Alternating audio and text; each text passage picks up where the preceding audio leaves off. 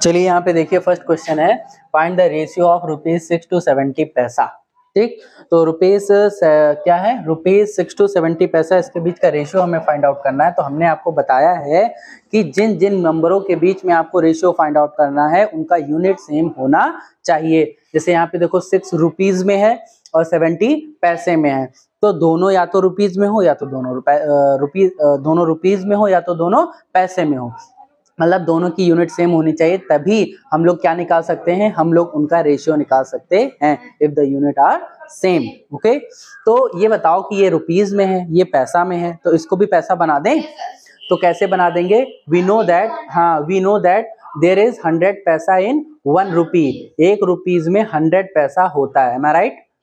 तो 6 रुपीज में कितना पैसा हो जाएगा, हाँ 6 रुपीज में हो जाएगा 600 पैसा हो गया। तो ये 600 पैसा हो गया, ये 70 पैसा हो गया। अब दोनों का यूनिट मतलब उनके पीछे लगने वाला जो वर्ड होता है वो अगर सेम हो गया है तो अब हम लोग क्या निकाल लेंगे, रेशियो। तो यहाँ पे लिखेंगे रेशियो, और जो पहला पार्ट था उसको ऊपर और दूसरा वाला पार्ट नीचे। तो बताओ पहला वाला पार्ट ₹6 था और ₹6 600 पैसा बन गया है, तो ऊपर हो जाएगा 600 पैसा और नीचे हो जाएगा 70 पैसा। पैसे से पैसा कट गया, 0 से 0 कट गया। अब both the number are not divisible by any number, दोनों नंबर किसी नंबर से नहीं कटेंगे। तो यहाँ पे हो जाएगा 60/7, दैट इज 60:7। समझ में आ गया? ठीक, सबसे पहले यूनिट सेम करो, यूनिट सेम करने के बाद रेशियो फाइंड आउट करो, सिंप्लीफाई करो, उसके बाद उनको रेशियो में लिख दो, that is your answer. Now move to the B part. B part में देखो ये डेज में है और ये आवर्स में है, क्या दोनों की यूनिट सेम है? नहीं है ना। तो अगर दोनों की यूनिट सेम नहीं है तो क्या हम लोग रेशियो फाइंड आउट कर सकते हैं? नो सर, नहीं कर सकते हैं। तो पहले first of all what we have to do, हम लोग को इन डेज को क्या बनाना पड़ेगा, आवर बनाना पड़ेगा। बना दें आवर, बट इसके लिए हमें पता होना चाहिए कि मतलब how many hours in 1 day. 1 day में कितने आवर्स होते हैं बताइए जरा। 24। हाँ, एक दिन में होते हैं 24 आवर्स। Is it clear? 24 घंटे होते हैं एक दिन में। ठीक, अगर एक दिन में 24 घंटे होते हैं तो हमें 5 दिन का पता करना है, तो 5 डेज का पता करना है। तो ऑब्वियस सी बात है, we should multiply the number by 24। अरे एक दिन का पता है, 5 दिन का निकालना है, 24 से मल्टीप्लाई कर दो, कितना आ जाएगा, 4 5 20, हाँ 120 आवर्स आ जाएंगे। 5 दिन में कितने आवर्स होते हैं, 120। तो 120 आवर्स हो गए, 20 आवर्स हो गए। Now we can find the ratio. तो रेशियो के लिए सबसे ऊपर क्या लिखेंगे जरा बताना। हाँ 120 आवर्स लिखेंगे। Is there any problem? और अपॉन में हो जाएगा 20 hours. Okay, 120 hours upon 20 hours, hour से आवर कट गया, 0 से 0 कट गया, 2 1 जा 2, 2 6 जा 12।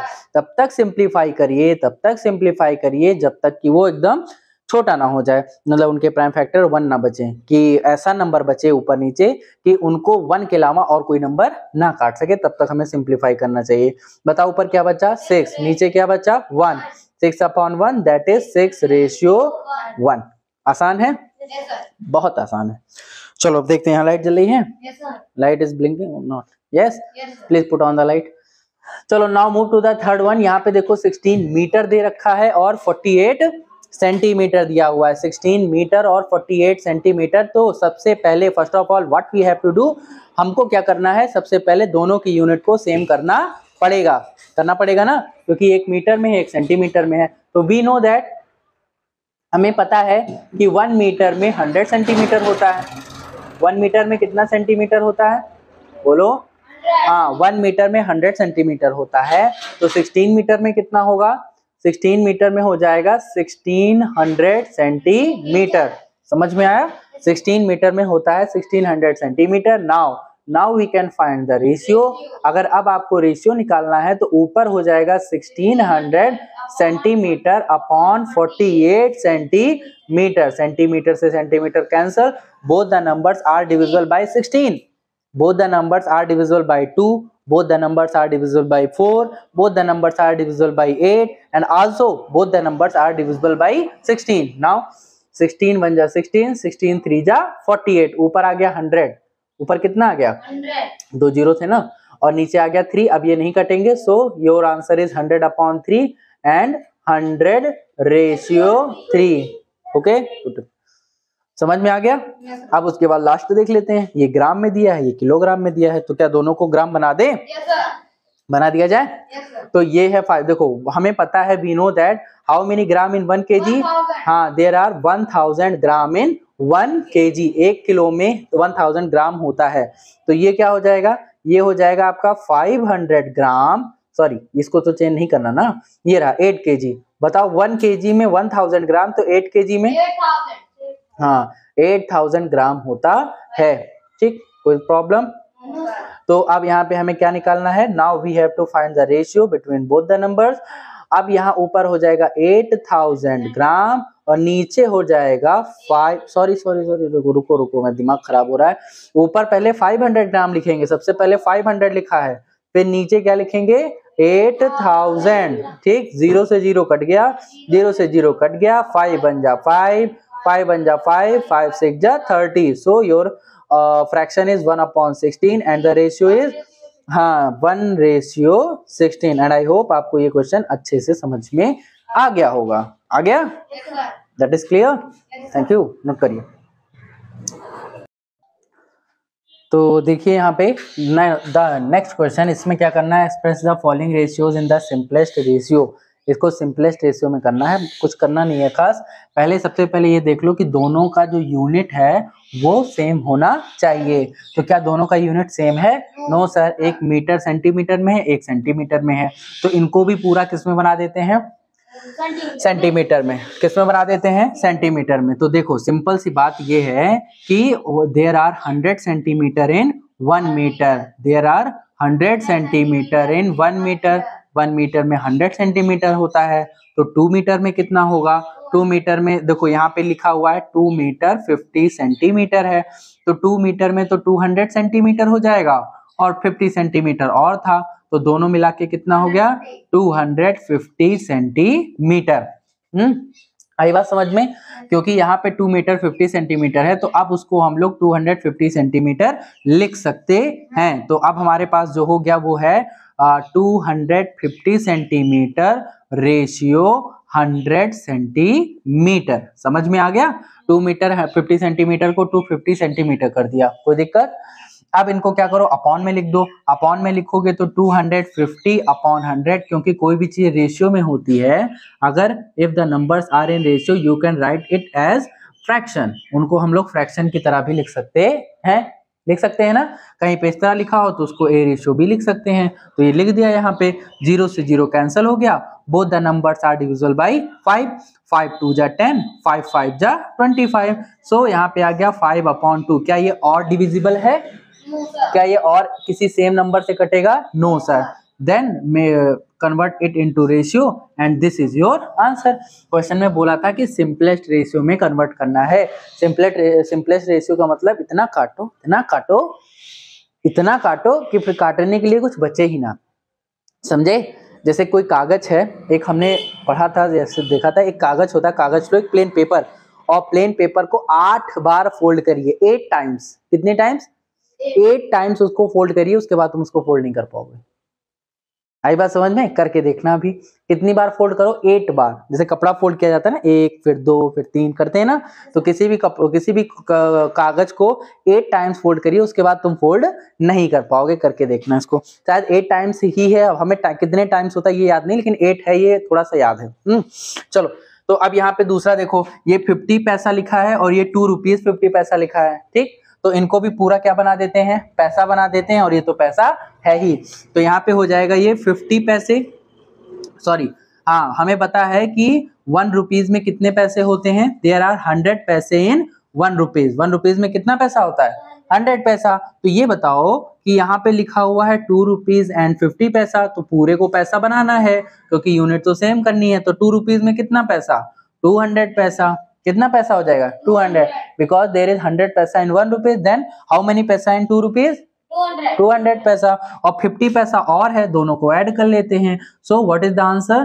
The answer is 250 paisa. Now यहाँ पे देखो, यहाँ पे तो 50 पैसा लिखा हुआ है सर, बट यहाँ पे रेशियो करके यहाँ पे क्या लिखा हुआ है? That is 250 paisa. Now write it as a fraction. तो 50 ऊपर हो जाएगा, 50 पैसा ऊपर हो जाएगा, और उसके बाद 250 पैसा नीचे हो जाएगा। कोई दिक्कत? अब ये चीज हो गया है तो पैसे से पैसा कैंसल, 0 से 0 कैंसल, 5 1 जा 5, 5 5 जा 25, तो ऊपर बचा 1, नीचे बचा 5। अब इससे ज्यादा और सिंपल नहीं हो सकता, तो 1/5। समझ में आई बात? That is your answer. चलो चलो देखिए यहाँ पे थर्ड क्वेश्चन है और इम्पोर्टेंट क्वेश्चन है कि on an average 4 students eat 1200 gram of rice, how much rice will be needed for 10 student. मतलब 4 स्टूडेंट 1200 राइस को खा लेते हैं, 1200 ग्राम 1200 ग्राम चावल को 4 स्टूडेंट खा लेते हैं। कितने स्टूडेंट खा लेते हैं? 4 स्टूडेंट। तो ये बताइए कि 10 स्टूडेंट कितना चावल खाएंगे, वो कितना चावल कंज्यूम करेंगे। क्वेश्चन समझ में आया? 4 स्टूडेंट कितना चावल कंज्यूम कर लेते हैं? 1200 ग्राम। तो 10 स्टूडेंट उससे ज्यादा ही कंज्यूम करेंगे, तो कितना कंज्यूम करेंगे यही हमें पता लगाना है in the form of ratio. तो हम लोग यहाँ पे लेट कर लेते हैं, लेट x ग्राम, क्या लेट कर लिया? x gram of rice, x gram of rice eaten by 10 student. मान लेते हैं कि 10 स्टूडेंट x ग्राम चावल खा लेते हैं या फिर खा चुके हैं। बात समझ में आई? कितने? x मान लेते हैं। अब देखो यहाँ पे तुम्हें पता है कि 1200 ग्राम चावल कितने स्टूडेंट खा ले रहे हैं? Sir 4 student. ये तो सर उसने बताया है, लेकिन यहाँ ये नहीं बताया कि 10 स्टूडेंट कितने चावल खाते हैं। बताया है? एक में तुम्हें दिया है, देखो यहाँ पे गिवन दिया हुआ है, यहाँ पे हम आंसर लिख रहे हैं। यहाँ पे आपको गिवन दिया हुआ है कि 4 स्टूडेंट कितना चावल खा लेते हैं? 4 स्टूडेंट खा लेते हैं 1200। ये देखो इस तरह से रेशियो बन जाएगा 4:1200। देखो यहाँ पे हम लिख देते हैं कि 1200 ग्राम राइस ईटन बाई स्टूडेंट्स। कितने स्टूडेंट्स उसको ईट कर लेते हैं बताना जरा? 4 स्टूडेंट्स। कितने स्टूडेंट? 1200 ग्राम चावल जो है वो कितने स्टूडेंट ईट कर लेते हैं? 4। तो यहाँ पे जो रेशियो बनेगा बेटा, वो रेशियो क्या बनेगा? वो बनेगा 4:1200। क्या बनेगा? 4:1200। इसका मतलब ये हुआ कि 4 बच्चे 1200 ग्राम चावल खा लेते हैं। बन गया रेशियो। और उसके बाद नाउ अब हमें पता लगाना है कि यहाँ तो एक रेशियो तो सर बन गया, हमारा बन गया ना। इसका क्या मतलब पता चला? इससे ये पता चला कि 4 बच्चे 1200 ग्राम चावल को खा लेते हैं। और दूसरा रेशियो कब बनेगा? 10 स्टूडेंट। कितने स्टूडेंट? 10 स्टूडेंट। बताओ 10 स्टूडेंट कितना चावल खा लेते हैं? x खा लेते हैं। हमने इसको करा है, और दोनों के बीच में क्या लगा देंगे? इक्वल टू की साइन लगा देंगे। आई बात समझ में? ये इक्विवेलेंट रेशियो है। ठीक है, समझ रहे हो ना? बताओ 4 स्टूडेंट कितने चावल खा लेते हैं? 1200 ग्राम खा लेते हैं। और 10 स्टूडेंट कितना खा लेते हैं? x, क्योंकि उसी को तो हमें पता करना है कि 10 स्टूडेंट कितना चावल खाते हैं। तो अब इनको सॉल्व करते हैं। तो तुम्हें पता है कोई भी चीज अगर रेशियो में लिखी है तो उसको हम अपॉन में लिख सकते हैं। यही सेम काम उधर भी कर सकते हैं, 10/x हो जाएगा।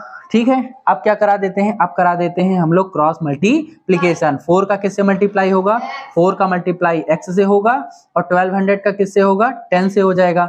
तो 1200 का हो जाएगा मल्टीप्लीकेशन 10 से। ओके, लाइट जल रही है देखो। 1200 का 10 से मल्टीप्लाई हो गया। सो x इज इक्वल टू क्या हो जाएगा? 1200 इंटू 10 अपॉन 4 इधर मल्टीप्लाई में था, इधर आके डिवाइड में हो गया। अब सॉल्व कर लो। 4 1 जा 4, 4 3 जा 12, 0 0 आ गया। और उसके बाद x इज इक्वल टू कितना आ जाएगा? 3000। और ये बताओ कि ये तो 1200 ग्राम खा रहा था, तो ये इनका कितना हो जाएगा? 3000 ग्राम। समझ में आ गई बात? क्लियर इतनी बात? 4 बच्चे, ये बताओ 4 बच्चे कितना चावल खा रहे थे? 1200। तो 10 स्टूडेंट कितना चावल राइस कंज्यूम करेंगे? 3000 ग्राम। आई बात समझ में? ऐसे कुछ हम लोग फाइंड आउट करते हैं। चलो देखिए, अब ये जो लास्ट क्वेश्चन है, this is very important for you. In this question it is saying that the number of students in class school A is 4000। एक 2 स्कूल है यहाँ पे। कितने स्कूल हैं?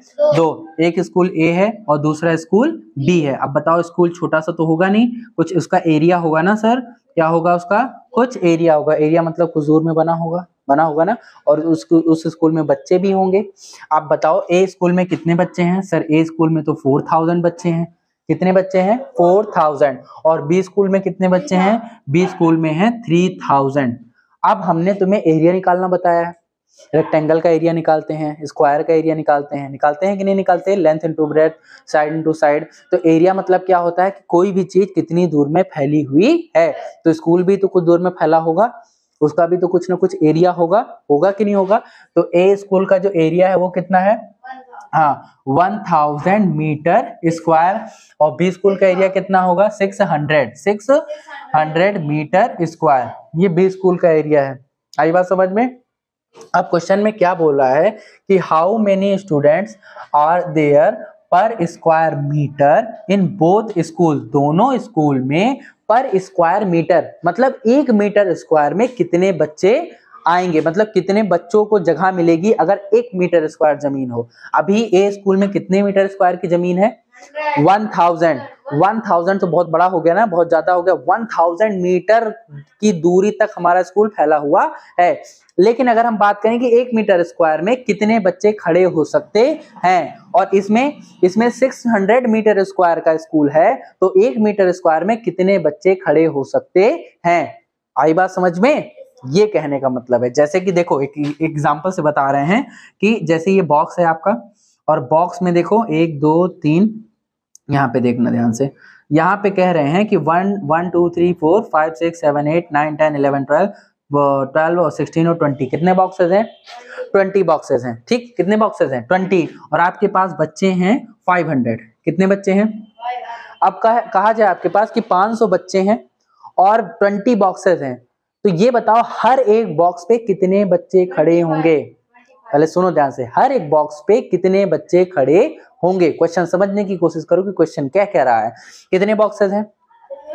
20 जगह है, 20 जगहों पर बच्चे खड़े हो सकते हैं, और बच्चे टोटल कितने हैं? 500।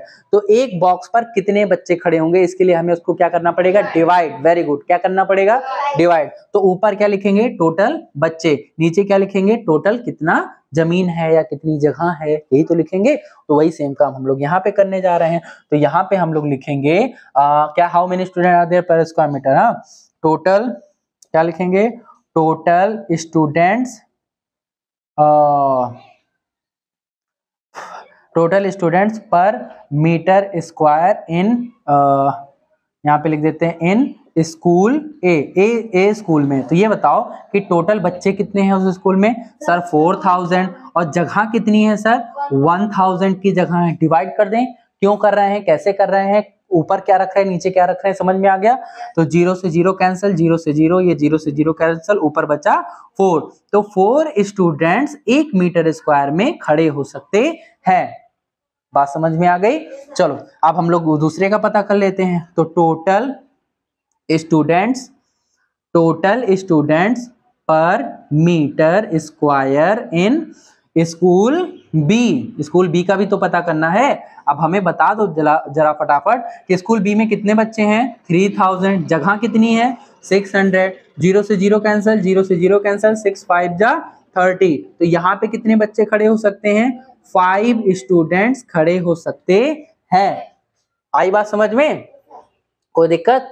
हाँ, तो यहाँ पे 1 स्क्वायर मीटर में 4 स्टूडेंट होंगे, और यहाँ पे 1 स्क्वायर मीटर में 5 स्टूडेंट खड़े होते हैं। समझे बात को? 1 मीटर स्क्वायर में यहाँ 4 बच्चे, और यहाँ पे अब यहाँ दूसरा क्वेश्चन पूछ रहा है, this was your A part. B part में ये पूछ रहा है कि which school is less populated. कौन सा स्कूल लेस पॉपुलेटेड है, किसमें कम पॉपुलेशन है, बताइए। बी वाले में कम पॉपुलेशन है, क्योंकि बताओ यहाँ 1 मीटर स्क्वायर में 4 स्टूडेंट खड़े हो सकते हैं। कितने खड़े हो सकते हैं? 4 स्टूडेंट।